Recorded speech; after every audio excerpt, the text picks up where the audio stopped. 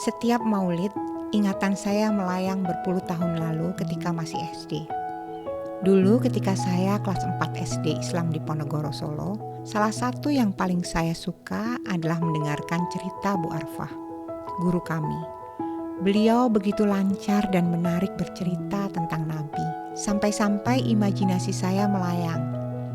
Seakan-akan rasanya saya bisa menggambarkan suasana kota Mekah, bentuk-bentuk rumah dan jalan, dan dengan yakin saya sempat bertanya pada Bu Arfah, "Bu Arfah, rumahnya Nabi tuh kayak gini ya?" Dan saya gambarkan ke dia bentuk rumah, pintu, dan jendela yang ada di hayalan saya. Ada satu cerita Bu Arfah yang paling saya suka. Cerita di hari raya.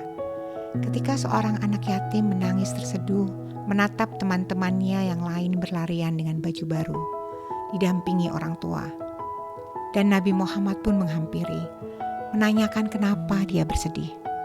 Dengan terseduh si anak bercerita tentang kerinduannya pada kedua orang tuanya.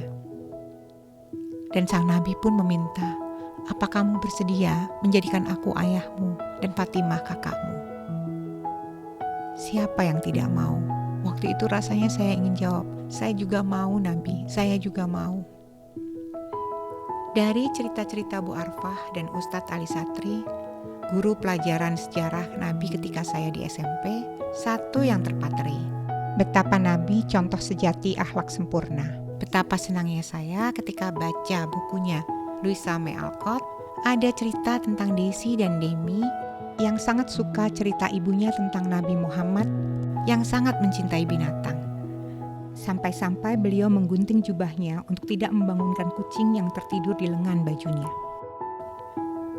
Saya tidak tahu pasti sampai sejauh mana sahih, hasan, dhaifnya cerita-cerita tadi. Tapi itu tidak mengurangi kerinduan padanya. Menapaki jalan-jalan di Mekah dan Madinah yang teringat bisa jadi lebih dari 14 abad yang lalu, Nabi pernah berpijak di titik yang sama. Rindu saya padanya adalah kerinduan cucu pada belayan neneknya, kerinduan embun pada sang pagi. Salam saya selalu padanya, salam ayam pada mentari, salam sungai pada samudera. Satu yang jadi pengharapan, mudah-mudahan nanti kita bisa bertemu di telaga. Mudah-mudahan nanti saya tidak malu mengaku sebagai umatnya. Tapi bagaimana caranya mencintai, sedang kita hidup terpisah lebih dari 14 abad dari Kanjeng Nabi? Bagaimana membuktikan cinta? Lewat WhatsApp, saya dapatkan wejangan dari Habib Ali Jufri yang sangat indah. Beliau mengatakan ada 4 upaya agar kita mendapatkan anugerah, bermimpi bertemu junjungan kita, Nabi besar Muhammad SAW. Yakni, pertama, perbanyak sholawat untuk Nabi.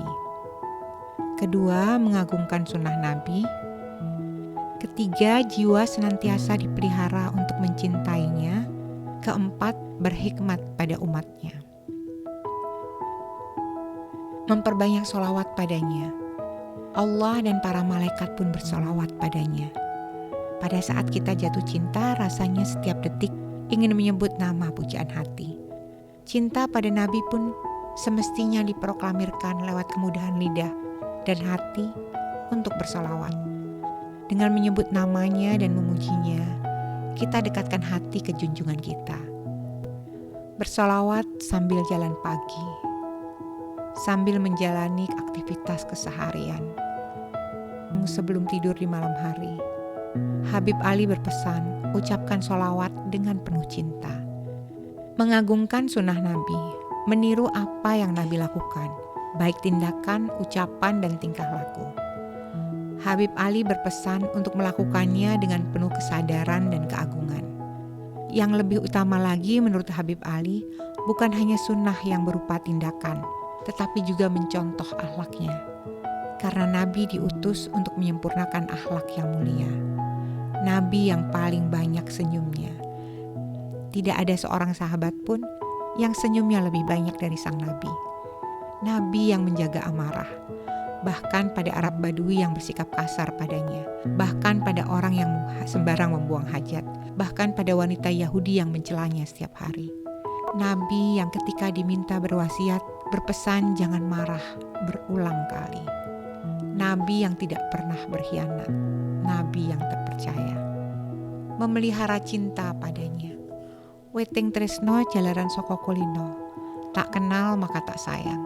Cinta dipelihara dengan berusaha mengenalnya sepenuh hati, dengan membaca kisahnya. Dengan membaca kisahnya, kita akan mendapatkan hikmah dari akhlaknya yang mulia, dan terpesona serta terdorong untuk menghadirkan ingatan dalam keseharian. Memelihara cinta dengan percaya sepenuhnya bahwa Nabi sangat menyayangi umatnya. Dan Nabi adalah insan kamil yang diutus sebagai rahmat untuk seluruh alam. Berhikmat pada umatnya. Pesan Habib Ali, kita harus selalu berpikir bagaimana membahagiakan orang lain. Berhikmat pada umat Nabi karena umatnya adalah yang selalu dipikirkannya dan bahkan disebut-sebutnya pada saat menjelang meninggalnya. Habib Ali juga menekankan bahwa umat Nabi Muhammad bukan hanya muslimin karena Nabi diutus untuk seluruh alam, rahmatan lil alamin. Jadi berbuat baik pada semua, bukan hanya pada saudara dalam Islam, tetapi juga saudara dalam kemanusiaan. Begitu banyak contoh Nabi tidak membatasi perbuatan baiknya hanya kepada kaum muslim. Ya Allah, limpahkan sholawat dan salam kepada Sayyidina Muhammad, pembuka pintu rahmat Allah, sebanyak pengetahuan Allah. Sholawat dan salam yang selalu tercurah sekekal kerajaan Allah, dan juga kepada keluarga dan para sahabatnya. Amin.